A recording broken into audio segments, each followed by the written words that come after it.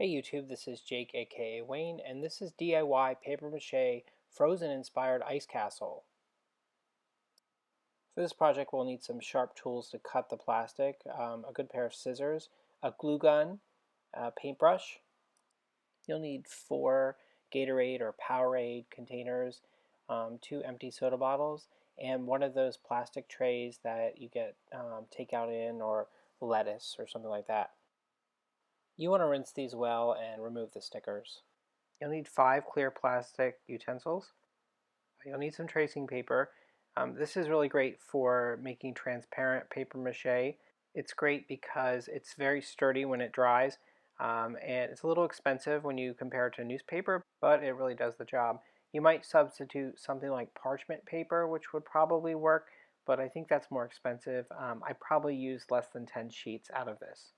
You'll need Mod Podge. I used matte.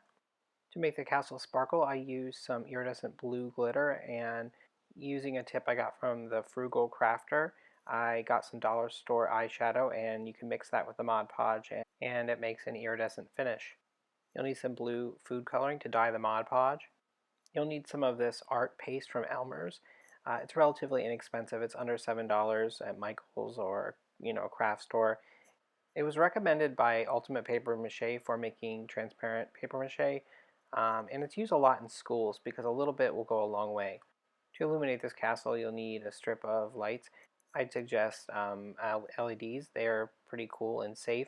Just follow the instructions in the packet for safety. Here comes one of the most difficult parts of the project.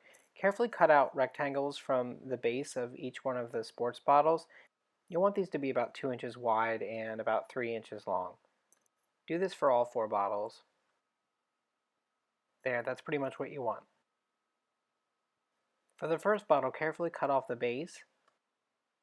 Carefully cut the second bottle in half, and then cut the bottom portion in half. This will form the front piece of the tower with the balcony. Here's a quick illustration of how the bottles will be glued together. Notice bottle number 2 is sitting in front of bottle number 1, forming the balcony. Bottle number 1 will be attached to that balcony, and then it will be raised. This way you'll have a taller tower and about 3 inches of space in the back to add lights. Here's an overhead view of the castle. All of the openings should be connected on the inside, forming a cavity for the lights. Attach all the pieces with hot glue, forming a sturdy armature. Once the castle structure is secure, it's time to put in the spires. Just attach 4 plastic utensils to the inside of each one of the Gatorade containers. Carefully snip off the business end of the last utensil and attach that to the top of the tower. At this point you can test your lights out to see if they fit inside. For this next part I'm using the plastic container, and we need to cut out roofs for each one of the towers. This is basically 2 squares, one for the front and back, and then 2 triangle pieces for the sides. It's not exact, so just work with it until you have this general shape, and basically you just want to make sure we can cover it with the paper mache later on. Now carefully just glue these pieces together in that general ramp shape. Take your time, they don't have to be exact. Again, you know what we're going for here, just try to put them all together. Oh, and one more note, the ramp should be facing inwards to the castle. Once you've got the castle completed, you want to mix up some Mod Podge and food coloring to make the tint. I sort of eyeballed the amount of food coloring that I used here, about a half a cup of Mod Podge. Stir this up until you have approximately a sky blue color, and you're set. I went ahead and did about 3 coats of this transparent tint, and it got darker each time. You want to paint in an up and down vertical motion. This will help create the illusion of crystals in the ice. I waited several hours between each coat to make sure the Mod Podge dried, and I tested it frequently with lights and the paper. At 3 coats, I decided I was at the right consistency, and I was ready to move on with the paper mache. Next, I mixed up the art paste. I wanted a thicker, sturdier paste, so I used 1 tablespoon of art paste and 2 cups of water. I stirred this vigorously for 2 minutes, and then I let it sit for 15 as per the box's instructions. After that, you should have a fairly gelatinous paste like this. While I was waiting for that paper mache paste to set, I tore up long, thin strips of the tracing paper. You could easily get some kids to help you out with this. Just make sure you're aiming for those long, thin strips. And finally, we're at the point where we can attach paper mache to the armature.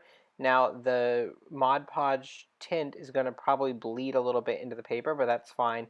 It's going to make for a more interesting effect when it's finished and dried. Here again, you want to attach the strips of paper in a vertical fashion. This method, like the vertical brush strokes, will help create that crystal effect we're looking for. I poured my paste into like an old Cool Whip container. Something flat and low like that is helpful when you're laying these strips down. You want to make sure they're fully coated, and then just carefully, press out any bubbles and just make sure that it all looks great. I did about 2.5 layers of the paper mache, and each time I let it dry overnight. You want to make sure that everything is covered in the paper mache, and like I said, I did about 2.5 coats, and you want to test it after each drying with the lights.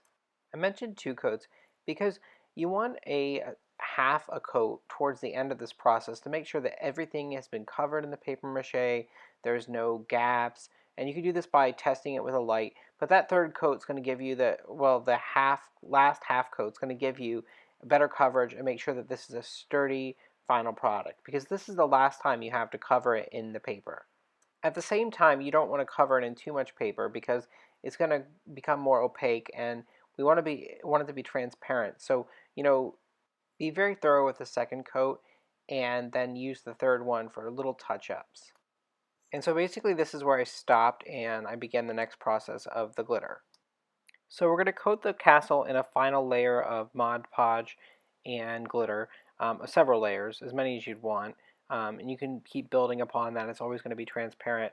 And for the glitter, I tried an iridescent white and it didn't really work. So I went ahead with some iridescent blue and some dollar store silver eyeshadow, which made a really nice glitter, a sheen on the outside of the castle.